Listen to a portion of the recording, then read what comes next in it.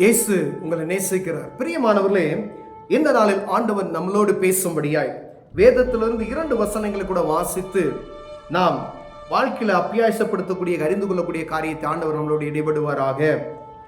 அது 1 பேதுருவின் புஸ்தகம் 4வது அதிகாரம் 17வது வசனம் 18வது வசனம் இப்படியாக சொல்லப்படுகிறது. நியாய தீர்ப்பு தேவனுடைய வீட்டிலே துவங்குகிறது காலமாய் இருக்கிறது. முந்தி நம்மிடத்திலே அது துவங்கினால் தேவனுடைய சுவிசேஷத்துக்கும் கீழ்ப்படியாதவர்களின் முடிவு என்னமாய் இருக்கும்? நீதிமானே இரட்சிக்கப்படுவது அரிதானால் பக்தி இல்லாதவனும் பாவிகளும் எங்கே நிற்பான்? ஆகையால் தேவனுடைய சித்தத்தின்படி பாட அனுபவிக்கவர்கள் நன்மை செய்வர்களாய் தங்கள் ஆத்துமாக்களை உண்மையுள்ள சிருஷ்டி கர்த்தாவாகிய அவருக்கு ஒப்பு கொடுக்க கடவர்கள். பிரியமானவர்களே, நியாய தீர்ப்பு தேவனுடைய வீட்டில் துவங்குகிற காலமாய் இருக்கிறது. ஃபர்ஸ்ட் ஆண்டவருடைய நியாய தீர்ப்பு எங்க வரும்னா சர்ச்சில் தான் வரும். ஆண்டவரை அறிந்து கொண்டு அவருடைய ஆலயம் என்று சொல்லப்படுகிற அங்குதான் ஆரம்பிக்கும். பிரியமானவர்களே, அப்ப எவ்வளவு ஜாக்கிரதையா இருக்கும் நல்லா நம்ம பாருங்க. ஒரு சர்ச் இருக்குன்னா அங்குதான் நியாய தீர்ப்பு தேவனுடைய வீட்டிலே தான் முதல்ல ஆரம்பிக்கிறது என்று வேதம் சொல்லுகிறது. அப்ப ஆலயத்தில் இருக்கக்கூடிய ஒவ்வொருவரும், இப்ப தலைமை போதகராக இருக்கலாம், மூப்பர்களாக இருக்கலாம், கமிட்டி மெம்பர்ஸா இருக்கலாம், அடுத்த சபை மக்கள், இதெல்லாம் நியாய தீர்ப்பு நடக்கப்பட்டதா பின்பு உலகத்துக்குள்ள காணப்படுகிறது. முதல்ல சர்ச்சுக்குள்ள தான் ஆண்டவரை அறிந்து கொண்ட மனிதர்களுக்குள்ள தான் நியாய தீர்ப்பின் காலம் துவங்குகிறது என்று சொல்லப்படுகிறது. அப்ப முதல்ல நமக்கு தான் அந்த காரியம், 2வது தான் உலகப்புறமான மனிதனுக்கு. அப்ப நீங்களே கவனமா இல்லை அப்படின்னு சொன்னா மற்றவங்களை என்ன செய்ய முடியும்னு சொல்லி தான் வேதம் சொல்லுகிறது. அப்ப நியாய தீர்ப்பு எனக்கு நம்ம ஆலய சபைக்குள்ளதான் முதல்ல வரும், அறிந்து கொள்ளப்பட்டவர்கள் மேலதான் முதல்ல வரும் என்பதை நாம் அறிந்திருக்கிறோமா? ஆண்டவரை அறிந்து கொண்ட ஒவ்வொரு மனிதனும் முதல்ல நியாய தீர்ப்பு நம்ம மேலதான் கடந்து வரும் அப்படின்னு சொல்லி வேதம் சொல்லுகிறது. பிரியமானவர்களே, பாருங்க, நீதிமானே ரட்சிக்கப்படுவது அரிதானால் பக்தி இல்லாதவன் பாவியிலும் எங்கே நிற்பான்? நான் நீதிமான் என்று சொல்கிற மனிதனே ரட்சிக்கப்படுவது அரிதா இருக்கிறது. பாருங்க, ஒருவனும் நான் நீதிமான் என்று தலை தூக்கி நிற்க முடியாத ஒரு சூழ்நிலையில் இருக்கிறோம். ஏன்னா இது கடைசி காலம். எல்லா மனிதர்களும் கெட்டு போகும்படியா ஒருவன் நினைக்கிறான். எல்லா மனிதனும் கெட்டு போகாமல் நித்திய ஜீவனை பெறும்படியாய் ஆண்டவர் விரும்புகிறார். 2 பேருக்கு, அந்த உலகத்தில் இருக்கிறவனுக்கும் ஆண்டவருக்கும் போராட்டம். ஆண்டவருடைய சிந்தனை ஒரு மனிதனும் கெட்டு போய்விடக்கூடாது, எல்லாம் நித்திய ஜீவனுக்கு வர வேண்டும் என்பதற்கே அவர் இந்த பூமிக்கு மனுரூபம் எடுத்து வந்தார் என்பதை நாம் அறிந்திருக்கிறோம். அவருடைய அன்பு நமக்குள் காணப்படுகிறதா என்று பார்க்கும்படி அழைக்கப்படுகிறோம். ஆனால் நீதிமானே ரட்சிக்கப்படுவது அரிதானால் பாவிகளும், ஆண்டவரை அறியாத பக்தி இல்லாத பாவிகளும் எங்கே நிற்பார்கள்? பாவியான மனிதர்கள் என்று சொல்லப்படுகிற அநேகர் உண்டு, பக்தியே இல்லாத ஜனங்கள் அநேகர் உண்டு. கடவுளே இல்லைன்னு சொல்றவங்களும் இருக்கிறாங்க. ஆனா பக்தி, அதாவது கடவுள் பயமற்ற அநேகர் உண்டு. பாவம் செய்கிறவர், அவங்க கடவுளுக்கே சம்பந்தம் இருக்காது, பாவமே வாழ்க்கையில செய்து கொண்டே இருக்கக்கூடிய மனிதர்களும் உண்டு. அப்ப நீதிமான் என்று சொல்லக்கூடிய ஒரு மனிதன் இருக்கிறான். அவன் நீதிமான் யார்?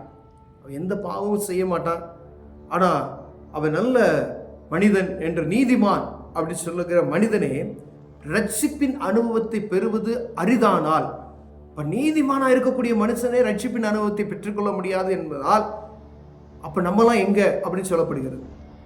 இந்த ரட்சிப்பின் அனுபவத்தை நாம் பெற்றுக்கொண்டோம் என்று மாறுதட்டி சொல்லிக் கொண்டு இருக்கிறோமே, நம்முடைய ரட்சிப்பு எப்படி இருக்கிறது என்று பார்க்கும்படி ஆண்டவர் என்ன செய்கிறார்? நம்முடைய அலசி ஆராய்ந்து பார்க்க முடியும். இந்த ரட்சிப்பின் அனுபவத்தை எப்படி பெற்றிருக்கிறோம்? மண் பாண்டத்தில் பெற்றிருக்கிறோம் என்று சொல்லப்படுகிறது. பிரியமானவர்களே, அவ்வளவுதான், லேசா கீழே போட்டே நான் சுக்குநூறா உடைந்து போய்விடும்.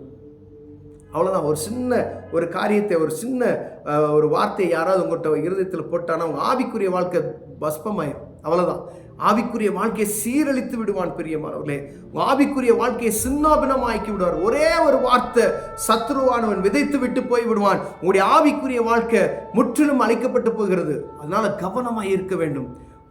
வருகிற வார்த்தை யார்கிட்ட வருது, எங்கிருந்து வருது? எல்லா மனிதர்கிட்டையும் பேசும்போது கவனமாய் இருக்கும்படி ஆண்டவர் விரும்புகிறார். பிரியமானவர்களே, அப்ப ரட்சிப்பின் அனுபவத்தை பெற்றுக்கொண்டிருக்கிற நான் பெற்றுக்கொண்டு விட்டேன் என்று சொல்லுகிற நான் ரட்சிப்பின் அனுபவத்திற்கு தகுதியுள்ளவனாய் காணப்படுகிறானா என்று பார்க்கும்படியே ஒவ்வொரு நாளும் அதை நிதானித்து பார்க்கும்படி அழைக்கப்படுகிறோம். ஏன்னா நீதிமான் என்று சொல்லப்படுகிற மனிதன் ரட்சிக்கப்படுவது அரிதாய் இருக்கிறது. அப்ப ரட்சிப்பின் அனுபவத்தை பெற்றுக்கொண்டேன் என்று சொல்லுகிற எந்த நிலையில நீ நீதிமானாய் இருக்கிறாயா, நீதிமானுக்கு ஏற்ற காரியங்கள் எனக்குள்ள இருக்கிறதா என்று பார்க்கும்படி ஆண்டவர் விரும்புகிறார். பிரியமானவர்களே, யோபு நீதிமானாய் இருந்தார் என்று வேதம் சொல்லுகிறது. இப்ப யோபுக்குள்ள குணநலங்கள் எனக்குள்ள இருக்கிறதா? ஒரு சில குணங்களை பாருங்களேன். யோபுனுடைய எல்லா ஆஸ்திகளும் அழிக்கப்பட்டது, வேலைக்காரர்கள் அழிக்கப்பட்டார்கள், தன் பிள்ளைகள் அழிக்கப்பட்டார்கள், எல்லாம் அழிந்து விட்டது.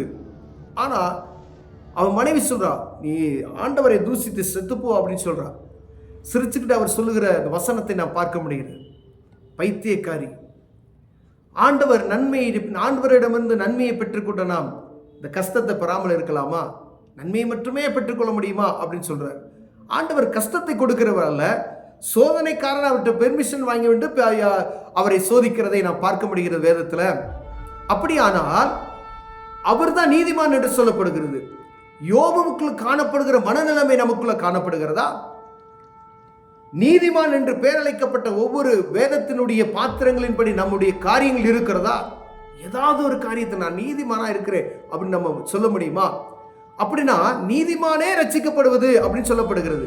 நான் ரட்சிக்கப்பட்டேன் என்று சொல்லுகிறவன் நீதிமானாய் இருக்கிறானா என்று பார்க்கும்படி அழைக்கப்படுகிறோம். பிரியமானவர்களே, நான் ரட்சிப்பின் அனுபவத்தை பெற்றிருக்கிறோம், நம்ம ரொம்ப ஹாப்பியா இருக்கிறோம், ரைட். ஆனா ரட்சிப்பின் அனுபவத்தை பெற்றிருக்கிற நான் நீதிமானுக்கு ஏற்ற காரியங்களில் நான் நடந்து கொள்ளுகிறேன். ஒரு நீதிமான் எப்படி இருக்கணும்? உலகத்தில் இருக்க நீதியன் உண்மையா இருக்கணும், வீட்டில் உண்மையா இருக்கணும், வேலை ஸ்தலத்தில் உண்மையா இருக்கணும், எல்லா காரியத்திலும் ஒரு மனிதன் நேர்மையாய் உத்தமமாய் உன்னதமாய் இருக்கிற ஒரு மனிதனை ஆண்டவர் நீதிமான் என்று சொல்வார்கள். பிரியமானவரே, அப்படிப்பட்ட மனிதனை ஒரு தவறு செய்து விடுவான், அவன் ரட்சிக்கப்படுவதற்கு ரொம்ப அரிதா இருக்கிறது என்று வேதம் சொல்லுகிறது. ஆனா நான் ரட்சிப்பின் அனுபவத்தை பெற்றுக்கொண்டு இருக்கிறேனே என்று சொல்லப்படுகிற நான் நீதிமானுக்கு ஏற்ற காரியங்கள் எனக்குள்ள இருக்கிறதா என்று பார்க்கும் ஆண்டவர் உங்களோடு என்னோடு பேசுகிறார். ஒருவேளை இந்த நீதிமானுக்கு ஏற்ற காரியங்கள் எனக்குள்ள இல்லை அப்படின்னா ஆண்டவர் நம்மிடம் விரும்புகிறது, நான் ரட்சிப்பின் அனுபவத்தை பெற்றுக்கொண்டு நீ சொல்றே இல்லையா, ஆனால் அந்த நீதிமானாய் வாழ்வதற்கு நீ பிரயாசப்படு என்று நம்மிடம் பேசுகிறார். பிரியமானவர், ஒருவேளை அப்படிப்பட்டதான காரியத்தில் நாம் இருப்போமே, ஏன்னா நீதிமானுக்கு ஏற்ற காரியம் இல்லை, உலகத்தை போல நாம் நடந்து கொண்டோம் அப்படின்னு சொன்னோம்னா ஆண்டவர் விரும்புகிறார். நியாய தீர்ப்பு தேவனுடைய ஆலயத்திலிருந்து புறப்பட்டு வரும்.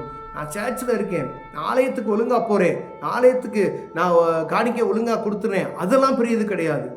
நியாய தீர்ப்பு ஆலயத்தில் தான் முதல் துவங்கும், மூப்பர்கிட்ட இருந்தால் முதல் தொடங்கும், ஆராதிக்கிறவங்ககிட்ட இருந்தால் முதல் துவங்கும், போதிக்கிறவங்ககிட்ட இருந்தால் முதல் துவங்கும். அப்போ எவ்வளவு கவனமாக இருக்கணும். நீ கொஞ்சத்தில் உண்மையுள்ளவனா இரு, உன்னை அநேகத்துக்கு அதிகாரி ஆக்குவேன் என்று சொல்லுகிறார். நீங்க முயற்சி செய்யுங்க, ஆண்டவர் அது பெரிய காரியமே உங்களுக்கு மாற்றி கொடுக்க வல்லமையுள்ளவராக இருக்கிறார். கண்களை மூடுவோம், ஜெபம் செய்வோம். அன்பின் தகப்பனே, ஆண்டவரே, நாங்கள் நீதிமானாய் வாழணும். ஆண்டவரே, நியாயத்திற்கு முதலில் ஆண்டவரே தேவனுடைய வீட்டில் ஆரம்பிக்கும் என்று சொல்லியிருக்கிறீங்க. ஆண்டவரே, நாங்கள் நீதிமானாய் ஆகணும், இந்த ரட்சிப்பை பெற்றுக்கொள்ளும் உதவி செய்யுங்க. இயேசுவின் நாமத்தில் பிதாவே, ஆமென்.